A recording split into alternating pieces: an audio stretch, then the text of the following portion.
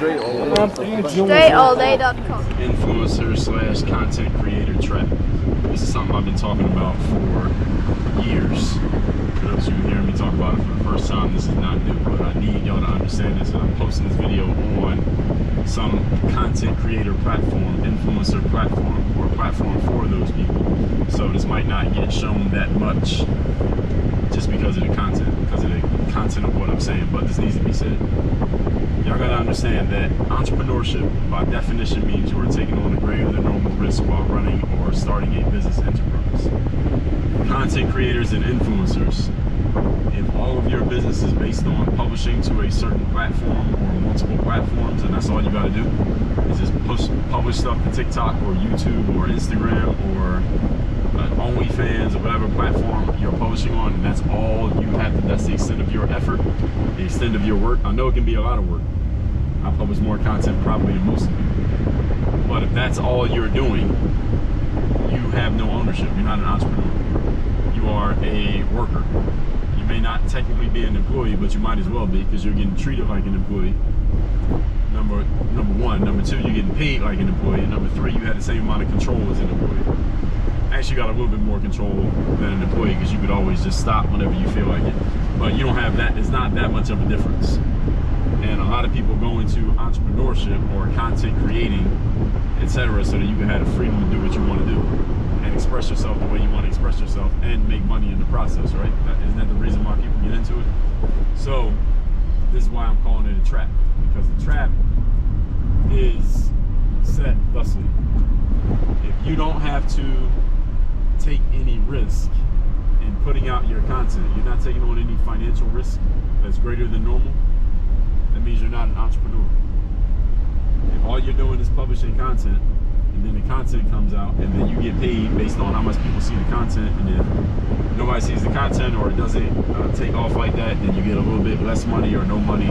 There's no risk there. All the risk is being taken on by the platform that you're publishing on. So if you're publishing on YouTube all the time or TikTok all the time to get your money, and then something you put out blows up, you make a bunch of money.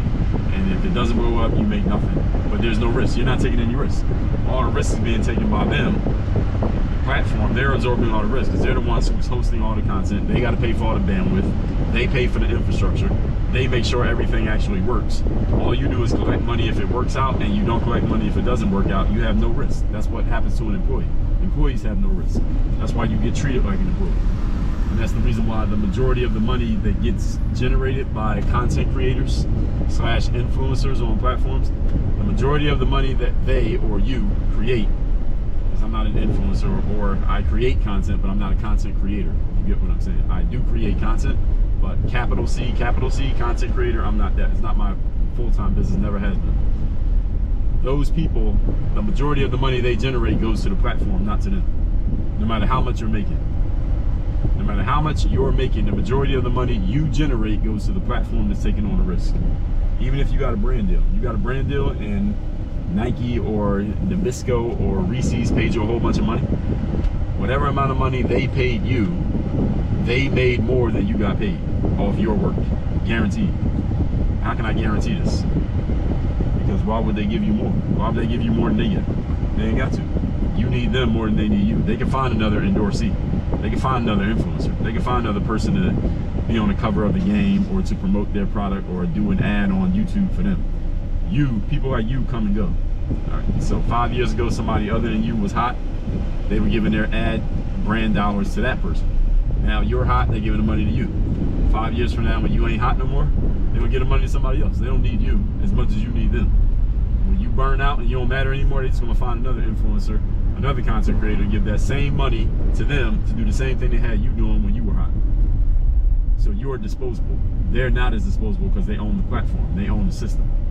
Whoever owns the system or owns the platform has more power than a person who works in the system or works on the platform. This is just a rule of business.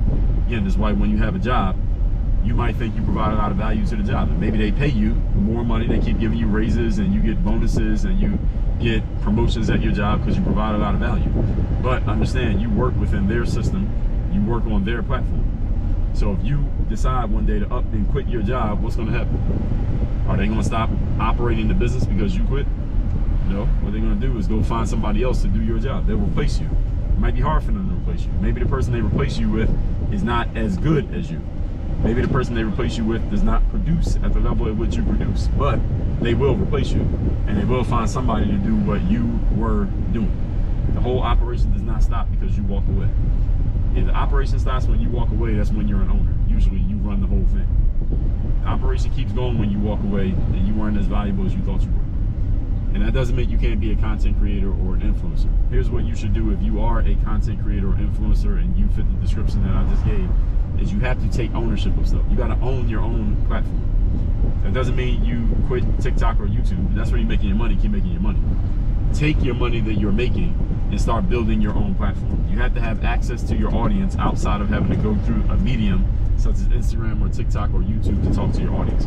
If you have to log on to YouTube to talk to the majority of your audience, they own your audience. You don't own them, they own them. Because if you lose your YouTube account, how are you going to reach all your people? Well, the answer is you won't, because you can't. They have your audience, which means they own you. Because the only way you can access the people who are giving you money and making you relevant, for lack of a better term, it's a term people like to use, you got to use them. You got to go through them to reach your people. So how are you an owner? Well, the answer is you ain't. They own you, and they own the platform, and they own the audience. They own everything, and you work for them. So you got to get the people who are following you on whatever app to give you their direct contact info outside of that app. That means you need a phone number, you need an email address. Those are the two best ways to contact people. Is either you get their phone number or you got their email address. You got to have one of those so that you can have direct contact with whoever. If you don't have one of those, that means you can't make direct contact, which means you got to go through a platform to make contact, which means you are owned. You're not an owner. You understand? And this is very important when it comes to business, because if you have access to the people, then you have access to power. The people is what people are willing to pay for.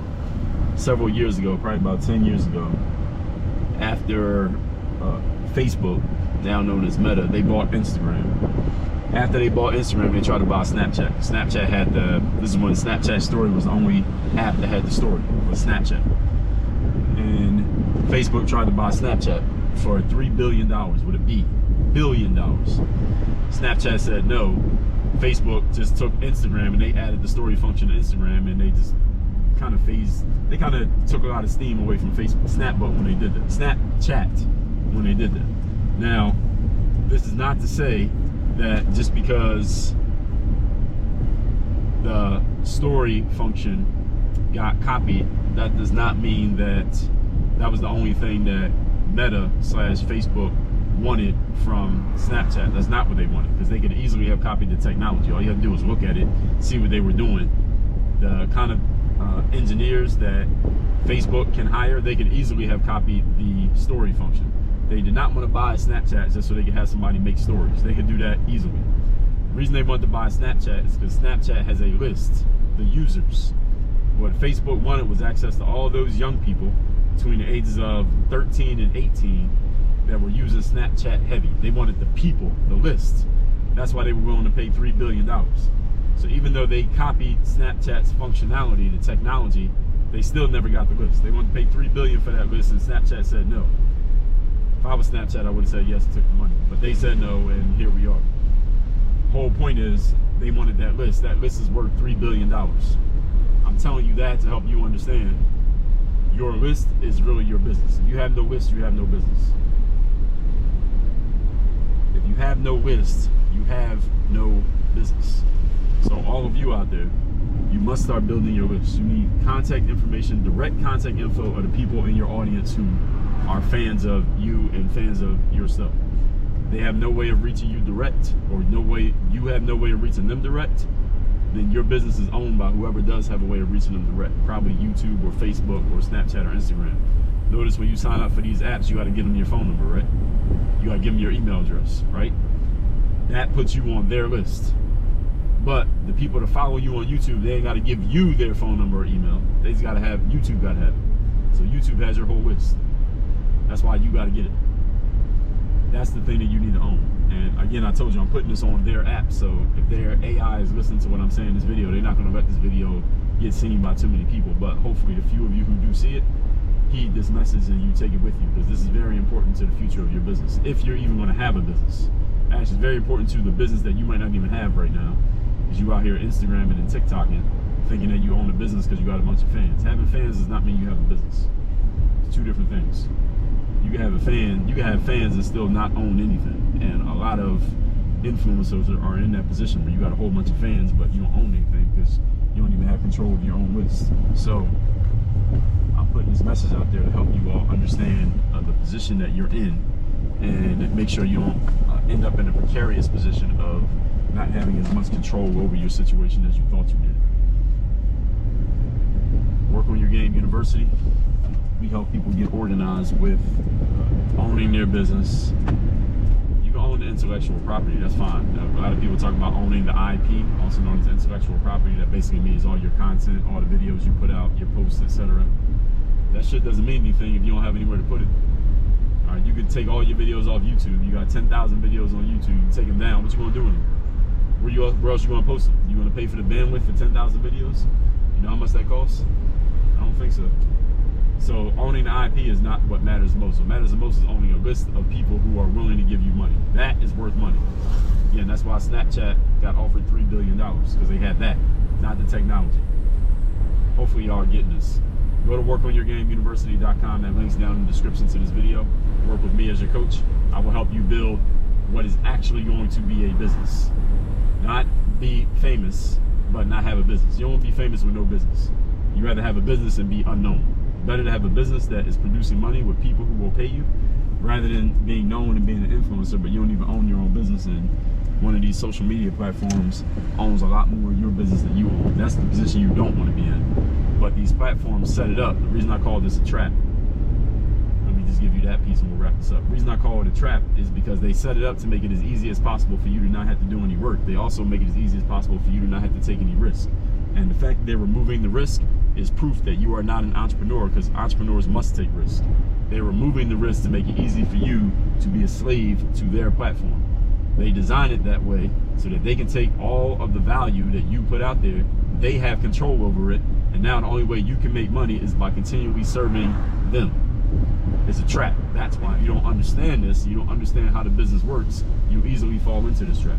This is why you see a lot of 15-year-olds talking about they want to grow up to be influencers and streamers.